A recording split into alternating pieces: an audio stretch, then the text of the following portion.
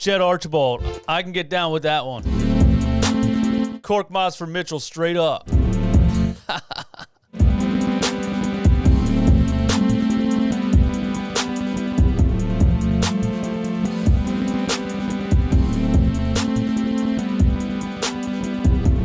Gaurav, I would never in my life have Nitro Freak on my show. Not even to troll. Wouldn't even want to give that dude the airtime.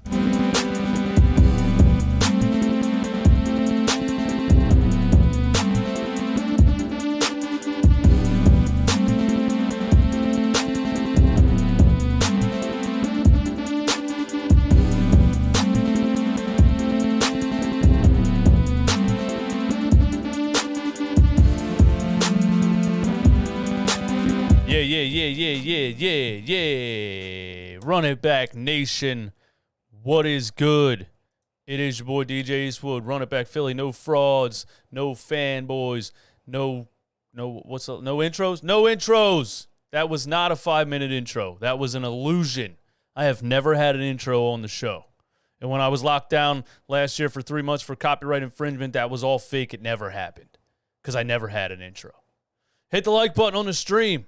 That would be greatly appreciated. Thank you for being here. Hit the subscribe button if you're brand new. Only 30% of people that watch these shows are subscribed to the channel. That is what? Fraudulent behavior. And this is what? The No Fraud Zone.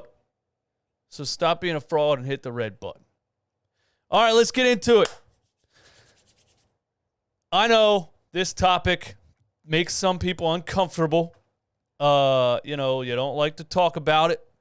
You don't like to think about the trade scenario for Donovan Mitchell because what would it cost? Now, look, I'm going to start this off by saying I don't think this is going to happen. I don't think the Sixers are in position to make it happen. I don't think they have enough for this to happen. I also don't think Daryl Morey would give up Tyrese Maxey in almost any trade package. But, and I know, Eastwood, you're crazy. I know what some of the comments are going to say. So you're telling me you wouldn't trade Maxey for Kevin Durant, but you had a video a couple of weeks ago saying you would trade Maxey for Donovan Mitchell. That is correct. I don't want 33-year-old Kevin Durant off an Achilles injury, sprained MCL last year, who might sign a 4-year contract and quit on your team 2 weeks later for Tyrese Maxey. But 26-year-old all-star who's going to continue to get better, who I believe if you put next to James Harden and Joel Embiid right now is a trip to the NBA Finals. I'm just saying it makes me it gets me a little closer to saying yes, you can have my guy, Tyrese Maxey. I don't know yet if I would definitely do it. If the salaries could work and you could do it straight up, my finger would be right next to the button. Like the button would be right here. And it would be real close to the button. And I would be shaking. And I would be sweating. And I would probably be crying real grown man tears. And I would be seeing Tyrese Maxey's innocent, wonderful, adorable smile. And I don't know if I could do it. But it would be tempting. That's all I'm saying. All right? Because I've said it before, and if you haven't heard me say it, basically what you would be doing, in my opinion, is fast-forwarding Tyrese Maxey. I think that Tyrese Maxey will be doing what Donovan Mitchell is doing, scoring output-wise, when he's 26 years old. Joel Embiid does not necessarily have 5 more superstar-level seasons. He might. I put him at 3 superstar level, 3-4 superstar level if he can stay healthy. I'm just saying you would be getting what you want Tyrese Maxey to become right now. That's all I'm saying. But you can't get it done for Tyrese Maxey straight up anyway. Obviously, the money doesn't work. Tyrese Maxey is on a rookie scale contract. And and the Utah Jazz just received what? Like 3 players and 5 first-round picks for Rudy Gobert. So let's read the Woj tweet, okay?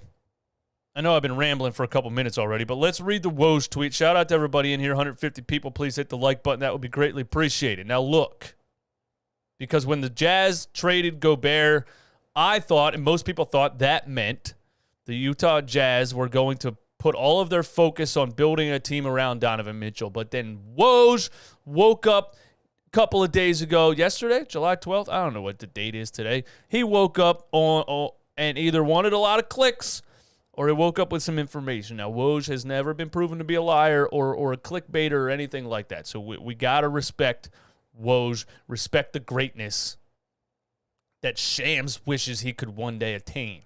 All right. After previously shutting down inquiries on moving all-star guard Donovan Mitchell, rival teams say the Utah Jazz are showing a willingness to listen on possible trade scenarios, sources tell ESPN. So there you go. The Utah Jazz are like, we were gonna trade build around Donovan Mitchell, but then we had a couple of conversations and we're feeling kind of iffy about whether or not he actually wants to be here for the long haul. So you know what? We're just gonna go into full-on Oklahoma City Thunder rebuild mode and stack as many draft picks as we can. So we're not taking Donovan Mitchell off the trade block. Technically, he's there. And it's going to cost a hell of a lot to get him. And then, they'll have what? They'll have like a 15 first-round draft picks in the near future, and they'll try to do a whole rebuild that way or try to trade up in the future. If there's a draft that has some kind of number 1 overall stud, maybe the Utah Jazz want to get there. Bang, you got the next LeBron James, things like that. Who knows? But it looks like the Utah Jazz are probably accepting their fate, and nobody wants to play in Utah. Nobody even wants to go to Utah. Utah doesn't even have they have a limit on their alcohol percentage. Okay, it's like a 2% or something. Like, no, who wants to go to Utah where you got to drink 2% beers in the freezing cold? Let's be serious. Trade all your players, get all the draft picks. Nobody wants to be there. I don't know if it's because of the alcohol content, but probably has something to do with that. They probably don't have strip clubs either. James Harden would never go to Utah. So what do you guys think, man? Let me see in the chat. Let me get some yeses, some definite yeses, some definite nos. Would you include Tyrese Maxey in a trade package for Donovan Mitchell? Yes or no? Here's what it would cost, basically, salary-wise and player-wise, and what Utah wants in return. It would cost. Shane says yes. Kevin, I see your comment. It's on the screen. I'm not going to read it out loud. Shane says yes. NZ, hell no. Matt Koss, no. Travis, no. Tyrell Watson, yes. Tim Starr, I'm happy either way, but I'm slightly maxy. Okay, I feel that. Fort Lord, F no. That's very egregious and definitive in your opinion. I respect it. Stanley says yes. OTF says no. Murray says W chat. Superhero held to the no. Superhero, I saw your tweets today or yesterday with your opinion on Tyrese Maxey. Superhero, I'm going to paraphrase here. Superhero believes that Donovan Mitchell. Superhero believes that Donovan Mitchell is basically just a very low efficient player who shoots a lot of shots and puts up numbers that don't really help your team win. And I can't necessarily disagree with that. Because I threw out a fun stat last week when there was a photo of Carmelo Anthony and Donovan Mitchell together at what's-his-name's rich people party, right? And the fun stat was the only 2 players in NBA history to have a game with 35 shot attempts and 0 assists are Donovan Mitchell and Carmelo Anthony. All right, now that's an incredible feat by itself. But Carmelo Anthony's 35 shot attempt, 0 assist game was a 61-point game where his team won. Donovan Mitchell's 35.0 assist game, he only scored 31 points on 35 shots, and the team lost, and he had 0 assists. The way that I look at it is this. I don't see Donovan Mitchell as some kind of player. People like to say this. Let me start here. People like to say this because they say the same thing about Bradley Beal, Damian Lillard, players like this. Maybe not Dame. He took his team to certain levels by himself. But Bradley Beal especially and others. They say, why would we want him? He never took a team anywhere. I'm not saying he can. I'm not saying Donovan Mitchell can take a team anywhere by himself. We know he can't. He is a one-dimensional scorer. That is it. He is an absolute bucket. A 26-year-old absolute bucket who scores 26 points per game on a team where the defense is mainly focused on him. Even when he had Rudy Gobert on the floor, nobody's guarding Rudy Gobert on offense. That guy can't score. He's 7'12" and can't put the ball in the basket. All he does is block shots. I don't know how they got 5 first-round picks for him, but you know what I'm saying. All the attention of the defense was on Donovan Mitchell, and he still dropped 26 points per game. So all I'm saying is you put Donovan Mitchell next to James Harden, who's drawing attention, and next to Joel Embiid, who's drawing double and triple teams. Now it opens that floor up a little bit more for a guy like Donovan Mitchell. I don't care if he puts up 30 shots and has 0 assists. I don't need him to pass the ball. All I need him to do is get the ball from James Harden and go put it in the hoop. And if you're asking me right now, who would be better at getting the ball off a James Harden double team or a Joel Embiid double team and going and putting it in the hoop right now, Donovan Mitchell or Tyrese Maxey? The answer is Donovan Mitchell. I'm sorry. So like I said, I would be right there next to the button. But it would be difficult. But I agree he's inefficient. I agree he's a one-dimensional scorer and it doesn't take a team anywhere. I don't need him to do that. I need him to take the ball off of James Harden, Joel Embiid pick and roll and go slam dunk it. That's what I need him to do. But in my heart of hearts, I probably wouldn't do it. But this is the closest I would ever be to trading Tyrese Maxey. The closest. So I have a scenario for those that pronounce it that way. Shout out to Dane Cook. One of my favorite comedians. I'm sorry, my slide got stuck under my desk. All right, check this out. Let's see. How do I work OBS here? Okay, bring up web page. Boom. Here we go. How the Sixers could benefit from a Donovan Mitchell trade.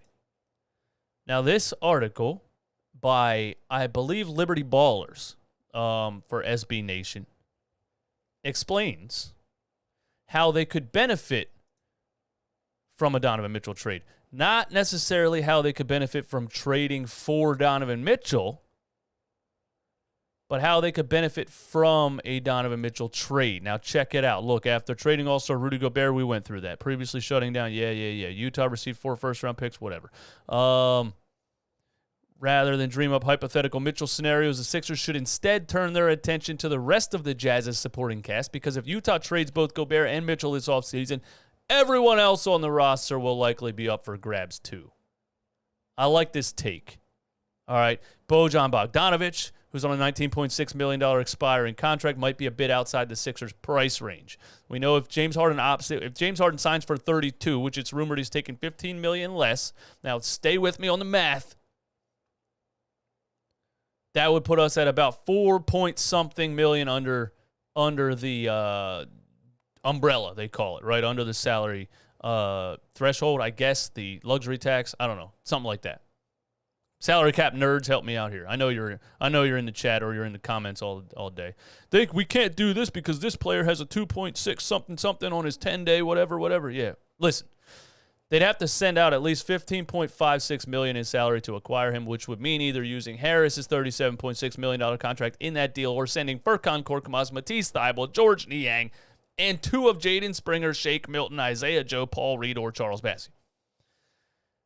So you're not trading all of that for Bojan Bogdanovic, right? Right. Jordan Clarkson at $13.3 million and Patrick Beverley at $13 million would be far more realistic targets for the Sixers to set their sights on. Clarkson, who won the Sixth Man of the Year with Utah in 2020, is a high-volume, low-efficiency bench gunner. He averaged 16 points on 41% shooting. Yuck. 3.5 rebounds, 2.5 assists this past season. He shot 31% from 3 on 7 point. Yuck. I actually think DeAnthony Melton is better than Jordan Clarkson now that I look at those numbers. And I know Jordan Clarkson won Sixth Man of the Year. I know we us Sixers fans remember distinctly, specifically, Jordan Clarkson smoking us for about 40 points off the bench, 41 points off the bench in that one game I remember specifically. But when you look at his numbers, 31% on 7.6 threes a game, 41% from the field. DeAnthony Melton shoots 37% on over 8 attempts per game per 36. And is younger. And I actually think DeAnthony Melton could become a Sixth Man of the Year if Doc Rivers knows which players to use and how to use them. We're not going to go into Doc Rivers because I'm not going to spend my whole summer talking about Doc Rivers because once I think about that, it ruins everything that I'm talking about because it's Doc Rivers. But DeAnthony Melton, and especially on defense, shout out to who said that. Where did you say that?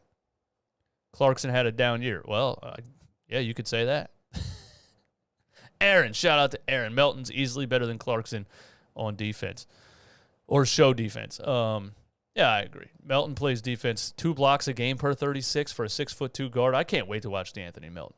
But anyway, the Sixers, if the Utah Jazz unload Donovan Mitchell, could target Jordan Clarkson or Patrick Beverley. And somebody on Twitter this morning asked me, when I said, what should we talk about on the show? They said, would you rather have Jordan Clarkson or Patrick Beverley? And I said, easily Jordan Clarkson. He's a better scorer. But now that I, really look at it and I look at how our team's already built, I don't know, adding a dog like Patrick Beverley off the bench might be a better idea for the Sixers, just to have that defensive, little squirrely dude that's high energy guy that's a veteran, brings a lot to a locker room, things like that. Patrick Beverley, the player that everyone hates unless he's on your team. So I'm up in the air now, Clarkson versus Patrick Beverley, if the Sixers were to do a trade with the Utah Jazz for one of those two players. But now that I think about it, Jordan Clarkson and DeAnthony Melton both off the bench for the Sixers, that would be a lethal bench duo, would it not? And you wouldn't have to give up Tyrese Maxey in either of those trades.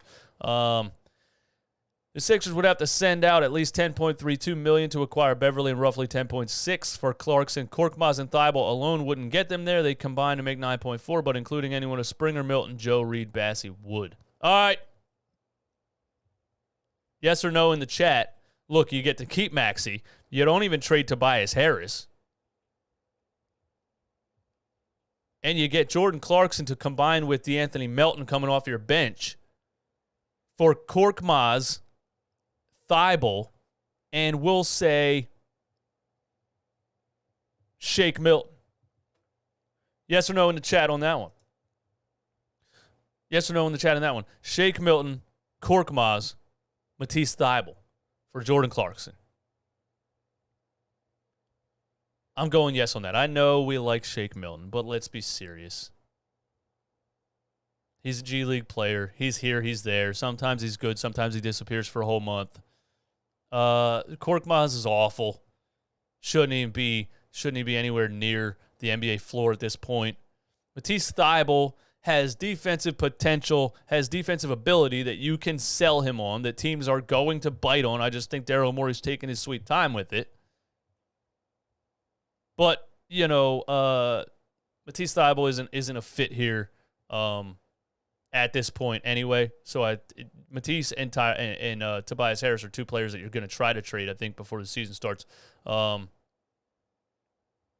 Korkmaz, Thybulle, and Shake for Clarkson, I'm doing that. And you got James Harden, Tyrese Maxey, Joel Embiid, Daniel House, Tobias Harris. Did I say Tobias Harris? Off the bench, DeAnthony Melton and Jordan Clarkson.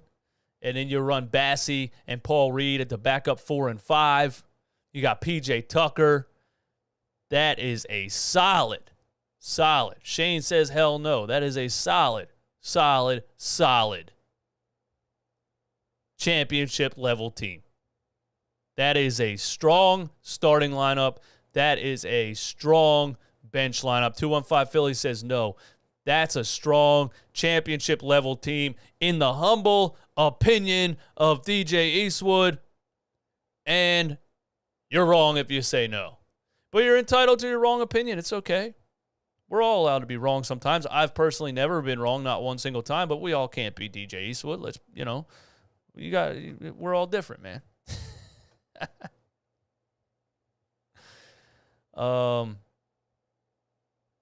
Let's move on.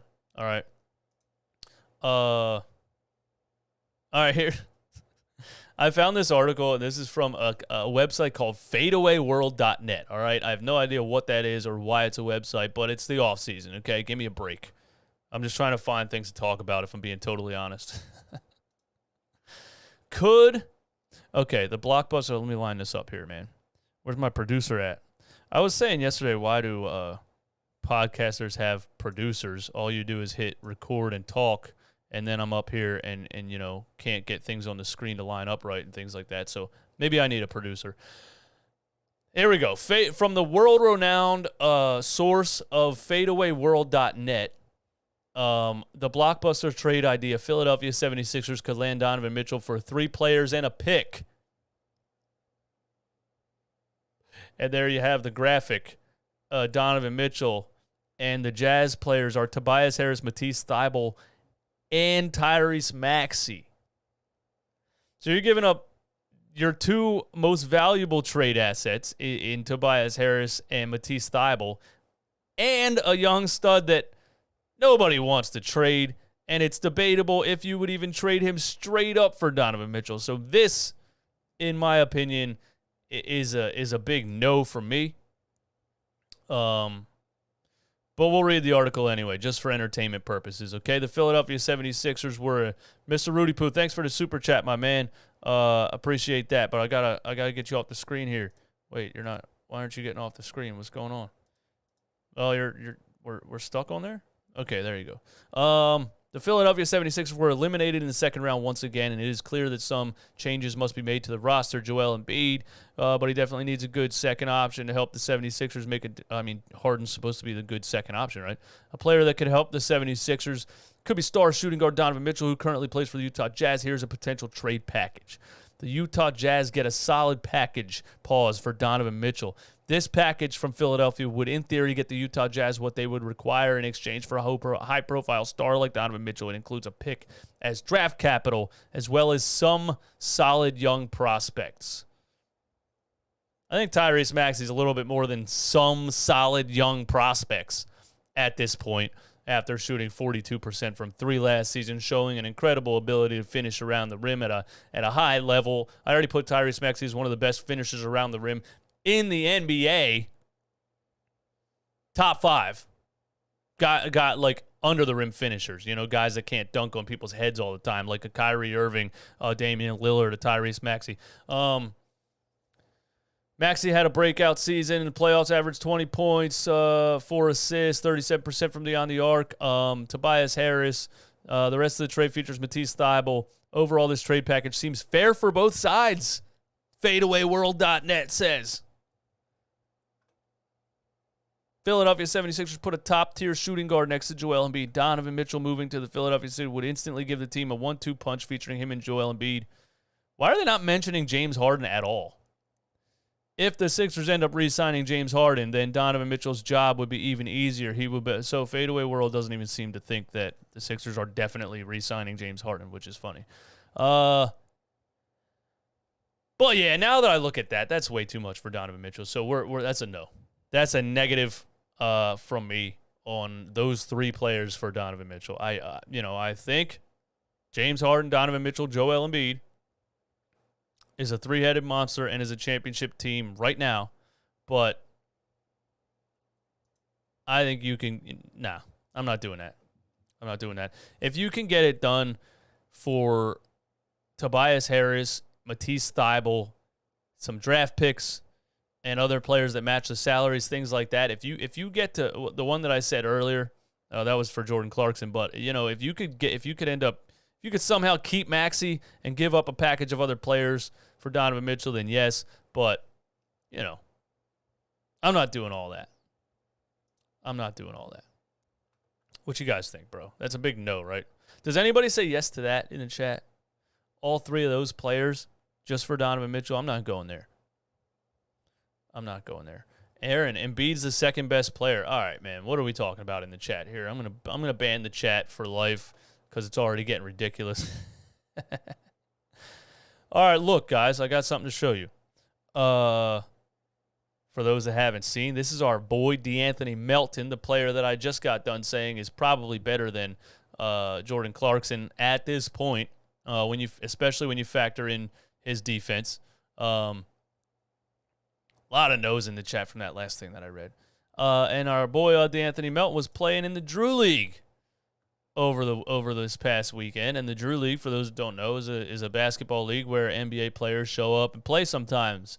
So here's the highlights of our boy DeAnthony Melton in the Drew League. He showed up and dropped 20 points in the Drew League game, basically without breaking a sweat, because he's really good. All right? Now watch how really good he is, okay? There he is, DeAnthony Melton, 24 years old, 6'2", shot almost 38% on 36 per 36. But look, man, I just think this dude's going to be an absolute bucket off the bench. Like, look at this Euro step. Bang, bang, really? Boom, let's go. This guy, he can really be a Lou Williams-level scorer off the bench for the Sixers. Is that crazy for DJ Eastwood to say? I really think he can be. Woo! Woo, at the step back. When's the last time you saw a Sixers player off the bench do something like this? When's the last time you saw a Sixers player off the bench break down a defender like this and hit a step back like this? Come on, man. You haven't seen it. I haven't seen any Sixers player off the bench do anything like that. I haven't seen a Sixers player before Tyrese Maxey. I haven't seen a Sixers guard do anything like that before Maxey and Harden. I haven't seen a Sixers guard do anything like that since Lou Williams. Maybe Drew Holiday.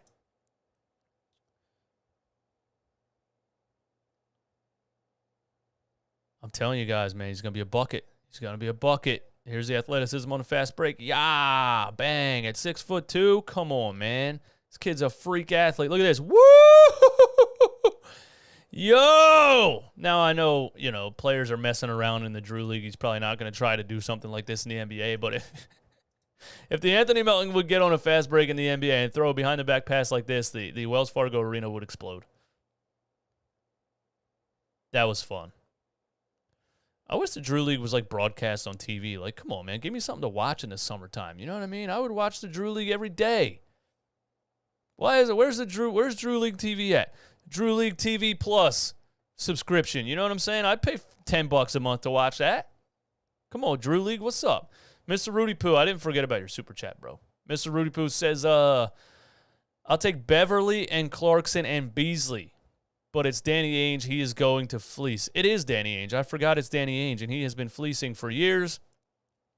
He's the reason the Celtics were just in the NBA Finals because of the moves to get Jason Tatum, the very risky drafting of Jaylen Brown at number 3 overall in the 2016 draft when he wasn't even really talked about hardly in the top 10. So yeah, Danny Ainge is a mastermind, and he just got an absolute ridiculous haul for Rudy Gobert, and he's probably going to get a ridiculous haul for Donovan Mitchell. Beverly, Clarkson, and Beasley. How are you going to get all three of those guys? I mean, if that's the Tobias Harris, Matisse Thybulle, yeah, that'd be pretty cool. But yeah, you're right. I think Danny Ainge is going to get, the Rudy Gobert trade looked pretty crazy. Somebody else had a super chat that I missed, man. Where's it at, bro? I don't see one. All I see is Rudy, man. David says super chat, but I don't see a super chat, David. What happened, bro? Anyway, Yeah, I don't see that happening. I think Danny Ainge won the Rudy Gobert trade, and I think he's going to win the Donovan Mitchell trade too. But I think DeAnthony Melton's going to be very, very good off the bench for the Sixers, and I'm very excited for it, and I wish I could watch the Drew League on TV. All right, let's move on. Look, let's have some fun here because why not? I love roasting Ben Simmons. I love laughing about what's going on with Ben Simmons because it's fun for me. It's fun that I was right the whole time about Ben Simmons. I was right that he was a fraud when people were telling me he's not. And I continue to be right about it. And Twitter roasts Ben Simmons at Nets Sixers Summer League game. And this doesn't really fit on my screen, but it is what it is. Oh, yeah, it does. I got to crop it like this. Behind the scenes, run it back Philly. Eastwood working OBS live on screen because I don't have a producer. Oh, I moved that. I don't want to move that. Let's get back to this. All right, here we go. Twitter roasts Ben Simmons because he shows up to the Sixers-Nets Summer League game. And why did he show up? He hasn't played for either of those two teams all of last season, completely healthy. Simmons was dressed in his usual designer attire and sat next to Royce O'Neal. Yo, Nets big three next season. Ben Simmons, Royce O'Neal, and TJ Warren. A look at Ben Simmons walking around NBA's Summer League in Vegas. Interesting outfit, to say the least. This guy is just funny, man.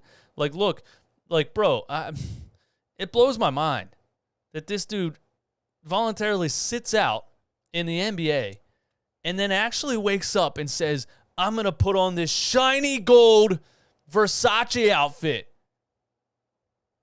to go to the Summer League. And not only that, I'm going to walk up to the fans and sign autographs. Who? I need to see these people reaching through the fence right here. I want to slap every single one of you.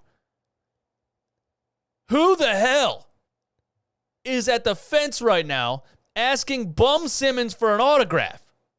Why in the world would you even want that? Why would you be standing there like, oh my God, there's Ben Simmons. I got to get an autograph from the biggest fraud in sports history.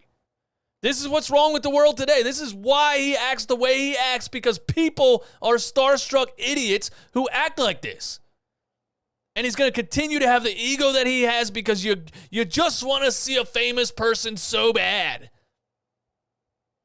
How pathetic, man. Anyway, there he is in his stupid gold outfit signing autographs. Hey, yeah, Ben, give me your autograph. You were amazing like 2 years ago when you played last.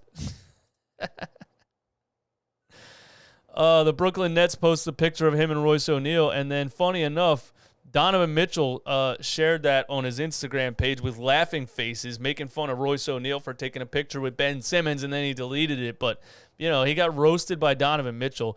He's actually like the laughingstock of the NBA. NBA players laugh at Ben Simmons. That's funny. The Philly faithful had a fantastically fun time mocking Simmons after the Athletics broke the news on Twitter. One user posted a Photoshop image of Simmons with Kyrie Irving and Kevin Durant and called it Weekend at Bernie's. He's been working on that, Jay. Man, Nets. Good luck. Good luck, Nets. All right, let's talk about the Sixers Summer League tonight. Because, you know, I was hyped for the Summer League, and then I kind of fell off with caring about the Summer League again, because that happens to me every year, because I realize every time that this is not much fun to watch.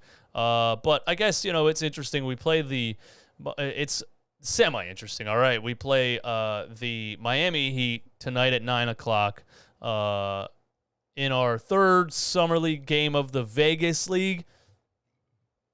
The Vegas League is the league where they have the Summer League championship game. Now, I believe that it used to be a tournament, but now it's just the two teams with the highest win percentage face off against each other in a championship game. The Sixers Summer League team has no shot at making it into that championship game because they're 0-2 in the Utah League already. And if they win the next 2 in a row, 2-2 is not going to get you into that championship team. But it's interesting to watch just because, I want to see more from Jaden Springer. I want to see more from Trevelin Queen. Here's the starting lineup. Cassius Winston, Jaden Springer, Trevelin Queen, Michael Foster Jr., and Charles Bassey. I'm interested to see Michael Foster Jr. That's the player that the Sixers signed to a 10-game, I forget what it's called, thing, basically a 10-game tryout. And Michael Foster is a 6'7" power forward, which I said yesterday or 2 days ago that's just undersized for an NBA power forward, and I don't think we'll ever see Michael Foster Jr. at the NBA level. But it'll be interesting to see him play. So if you're interested in that and you want to see him in action, there's Michael Foster Jr. And Charles Bassey at center. Charles Bassey, I said, has been underwhelming. I want to see more from Charles Bassey. I want to see more of an offensive focus. I want to see more plays run for Charles Bassey in the summer league. I want to see him on the block, in the post, giving me those turnaround fadeaways and those hook shots and showing his offensive skill package a little bit. So I want to see more from Charles Bassey. He dominated the G League when he was there. He had some pretty good NBA games back in November when he was playing when Joel Embiid was out, before we signed a DeAndre Jordan. And Doc was, wanted to play the old guys over the young guys so bad. So I want to see more from Charles Bassey. And then for the Miami Heat, you got Haywood Highsmith and Nikola Jovic, who is the young prospect that Gaurav Petrushev is not playing in the Vegas League. He was only playing in the what was the other one? Not Vegas, Utah League. So Petrushev's not playing. I don't think Paul Reed's playing in the Vegas League either. But Nikola Jovic is playing for Miami, so that's interesting too, because he was drafted, and some Sixers fans think that the Sixers should have taken him, but he's 19 years old, and we're not in a position to draft a 19-year-old. There you go, Bernard Winkletoes. I wanted to draft Jovic. He's a beast. We look at players in college or at a young age against the talent that they're playing against. He is good. But the Sixers are not in a position to draft a 19-year-old. We look at these players and what they look like, and then they get drafted, and we just assume they're going to walk into the NBA. Like Jovic is going to walk into the NBA and absolutely be a 25-point-per-game scorer. Come on, bro. It's going to take him a couple of years. It's going to take him 5, 6, 7 years. He's going to be Miami's backup center. I don't know about that. We'll see about that. I'll remember that comment when the season starts. I don't know about that. But definitely is going, I think if I had to bet, is going to be a really good NBA player. But it's just too young for the Sixers to draft when we are in win-now mode. But it'll be fun to watch Nikola Jovic. It's funny that his name sounds like Nikola Jokic, and he plays a lot like Nikola Jokic. I mean, he looks a lot like him on the block, his body language, everything. They're both from Serbia. He's almost the exact replica clone of Nikola Jokic. Maybe not as good of a facilitator, but that'll be interesting to watch. So the Sixers are 0-2. The Utah Jazz are 2-0. That's not on my screen because I messed that up, and I don't feel like doing it anymore. But I'll just go over it real quick. The Utah Jazz are 2-0, and it looks like the Jazz are probably going to, I don't know, if they go 3-0, they'll probably be in a championship game, and it'll be the Jazz versus the Knicks, maybe, probably, unless the Knicks tank the last game that they play and Portland wins and goes 3-1. So Summer League championship game, you're probably looking at Utah Jazz versus either the Knicks, Blazers, Grizzlies, Suns. Sixers are all the way at the bottom at 0-2 next to the Dallas Mavericks, who are 0-3, and the San Antonio Spurs, who are 0-3. So I don't think we're going to see the Sixers in a Summer League championship game this year. But I'll probably tune in tonight at 9 o'clock just to check out Charles Bassey, what's his name again? Michael Foster Jr., Trevelin Queen, and others, just to peep, what's going on. And, yeah, I'll probably check that out. All right, here, one more interesting thing here, just something to talk about. Shout out to everyone in here, 282 people. Hit the like button. Thanks for hanging out. Get me 282 likes. Bleacher Report posted this today on Twitter, and I was like, what the hell? All right, so I want to give my opinion on it. How would you rank these NBA duos? Okay, Bleacher Report says, number 1, Giannis Antetokounmpo and Drew Holiday.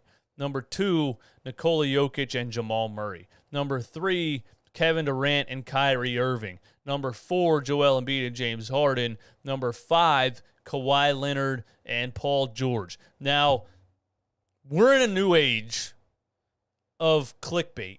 We're in a new age of companies posting things on social media that they know that is intentionally controversial to spark conversation and debate. They just posted this for interaction. That's why they did it. I 100% believe that. You know, there's beat reporters, there's all kinds of people that just say ridiculous things just to get clicks, just to get attention, interaction. I say ridiculous things sometimes according to other people's opinions. I never do it just for a reaction. I say things that I 100% actually think. So this is a ridiculous list already, okay? First of all, number 1, Giannis Antetokounmpo and Drew Holiday. That's not even the duo in Milwaukee. It's Giannis Antetokounmpo and Chris Middleton. So you got number 1 wrong. So there you started a conversation and a debate with number 1, and you did it intentionally, okay? Number 2, Nikola Jokic and Jamal Murray. Jamal Murray hasn't played for a year and a half because he tore his ACL. How the hell are you going to put those two at number 2? Number 3, Kevin Durant and Kyrie Irving. What are we talking about here? Those dudes only played 9 games together in 2 seasons. And we're putting them at number 3. What did they accomplish? What is this? This is nonsense. And I shouldn't be giving it attention. But I don't have much to talk about in the middle of the summer, so I'm doing it anyway. Number 4, Joel Embiid and James Harden. Number 5, Kawhi Leonard and Paul George, who, again, haven't played together in like 100 years because they're always injured. So first of all, I'm going to take a couple of these out, and I'm going to replace them with the actual list, okay? Number 1 is quite obviously Steph Curry and Klay Thompson. So, sorry, Giannis and Drew Holiday, or Giannis and Chris Middleton, you're getting bumped down. Steph Curry and Klay Thompson are number 1. I mean, that should be obvious. Number 2 is going to be Jaylen Brown and Jason Tatum. All right? Obviously. I mean, you have to go with the 2 duos that got to the NBA Finals last season.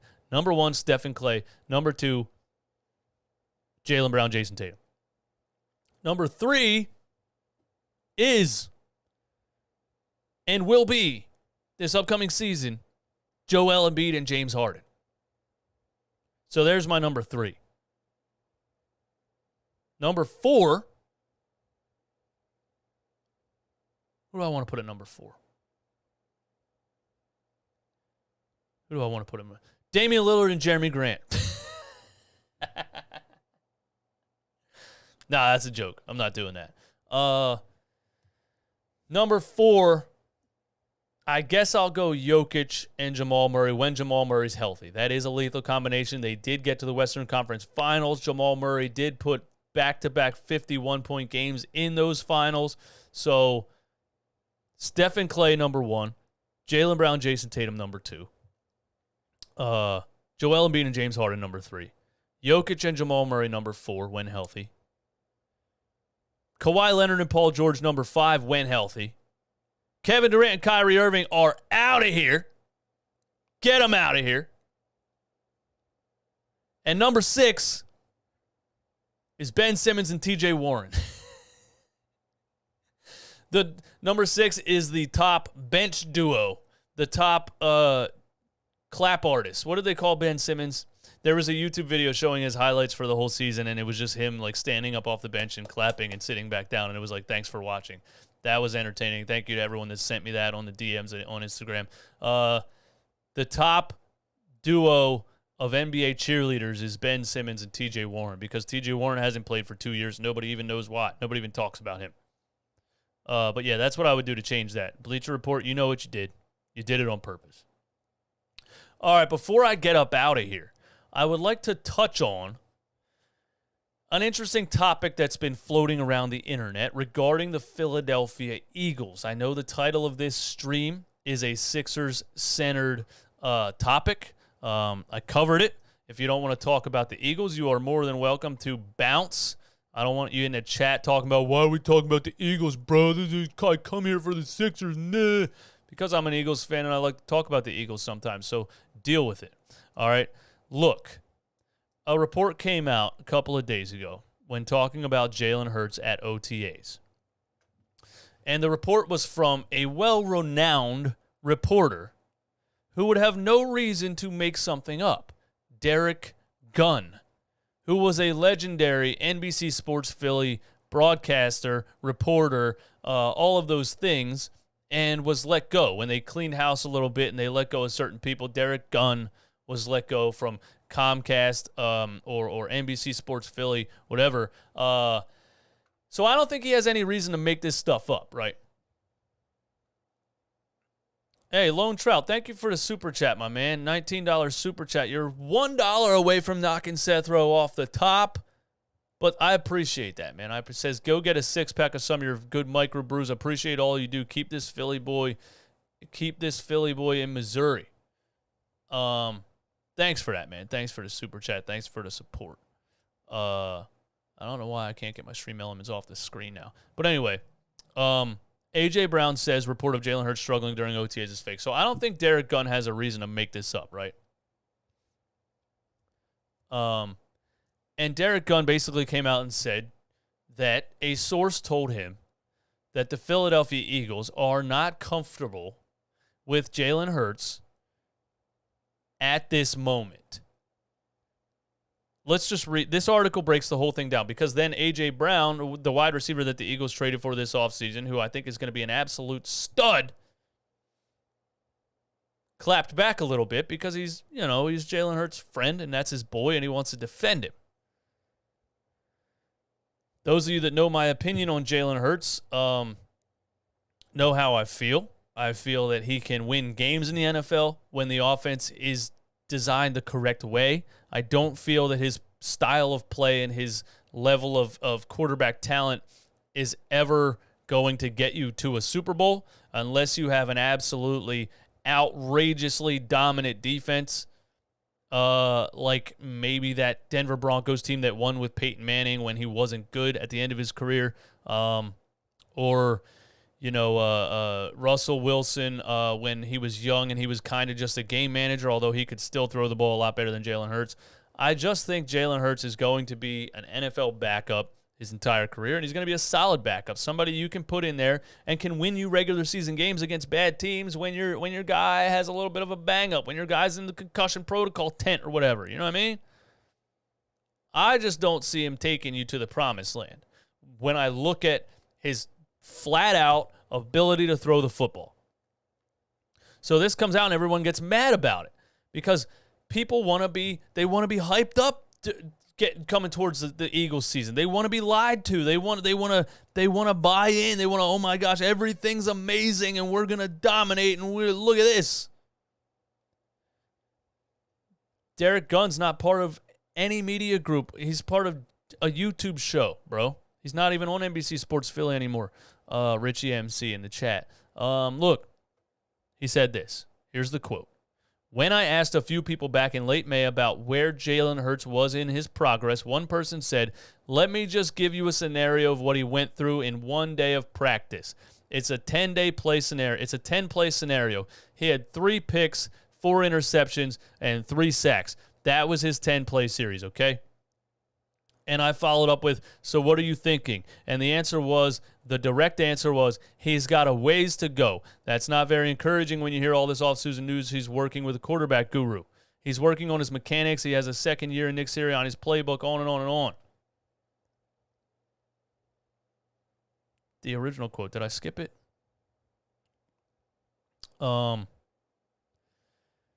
So here's Derek Gunn. I hope this isn't super long. It's 1 minute and 41 seconds. I don't want to play that whole thing. Derek Gunn addresses his comments. So he replied. Derek Gunn says, my track record speaks for itself. I don't have to walk back anything. I agree. Harsh Hody, thanks for the super chat. We should trade for Russell Westbrook. No, the hell we should not, and I would love to give you that $1.99 back because that's ridiculous. AJ Brown claps back, and he says, that practice stuff about Jalen is fake. Y'all tweet and believe anything. Like, how can he get sacked on 7-on-7? There aren't any rushers. I believe water is above us. Believe that, too, and make an article about that, too. This app is crazy. Well, Derek Gunn never said anything about 7-on-7 drills. He said, when I asked people where Hurts was in his progression, they gave me a 10-play scenario. It doesn't say 7-on-7. Anyway.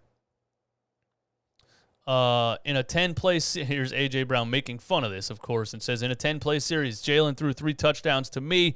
Donovan McNabb and T.O. fought the other 4 plays. Vince Papale came out of retirement and had the other 3 receptions. I got to credit A.J. Brown there. That's funny. I got to give that to him. Of course, the sentiment is that Hurts has a ways to go. Coming from an Eagle source may be true. Hurts struggling during an OTA practice or 2 is not a huge deal, but you'd like to hear people within the organization speak confidently about the young quarterback.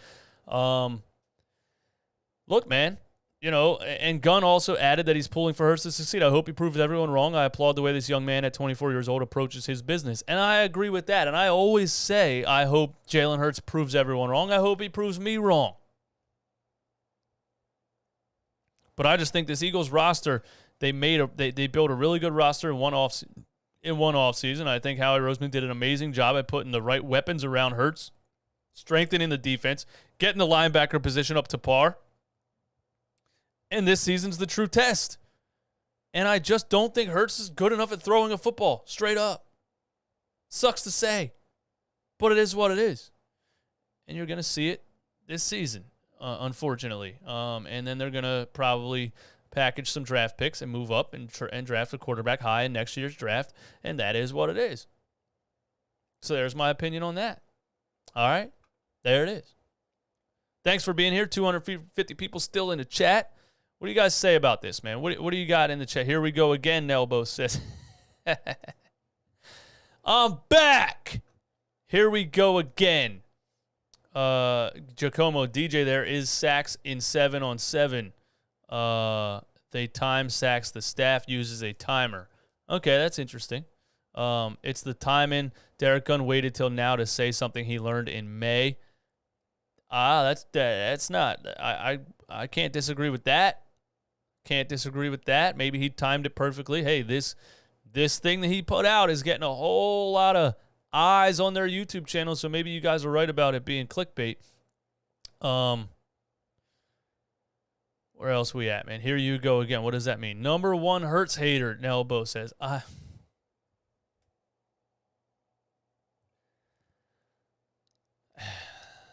I just can't lie to myself. How does that make me a hater? I just look at what I saw on the field.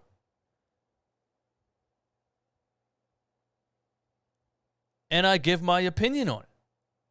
And when I watch Jalen Hurts throw a football, it's not good. Watch every play. Watch every throw. Watch how often Devontae Smith would have scored a touchdown if the ball wasn't 15 yards short and to the right. And his completion percentage is high because those receivers made amazing plays on bad balls. Almost every single ball the dude throws is inaccurate. It's just a fact. They have to come back to the ball all the time. If I see something different this upcoming season, I will be more than happy to sit up here and say, wow, Jalen Hurts blew me away. He was not good for the first half of the season. They switched it up. They went run heavy to hide his deficiencies, to limit the amount of times he threw the ball so they could run over a bunch of bad teams in the NFL because they had a dominant offensive line and a good run game, and Hurts is a very good running quarterback. So they did what they had to do to win regular season games, but it didn't matter Because once you get to the playoffs and play good defenses, they're going to force your quarterback to throw from the pocket. And I said, what's going to happen? We're going to get smoked. And that's exactly what happened. I know it was the Super Bowl champions or defending Super Bowl champions. But it was simple. A top 5 NFL defense forced him to throw from the pocket. And he was terrible. So, yeah, I just don't think he's good at throwing a football. And I think we're going to draft a quarterback next season. It is what it is.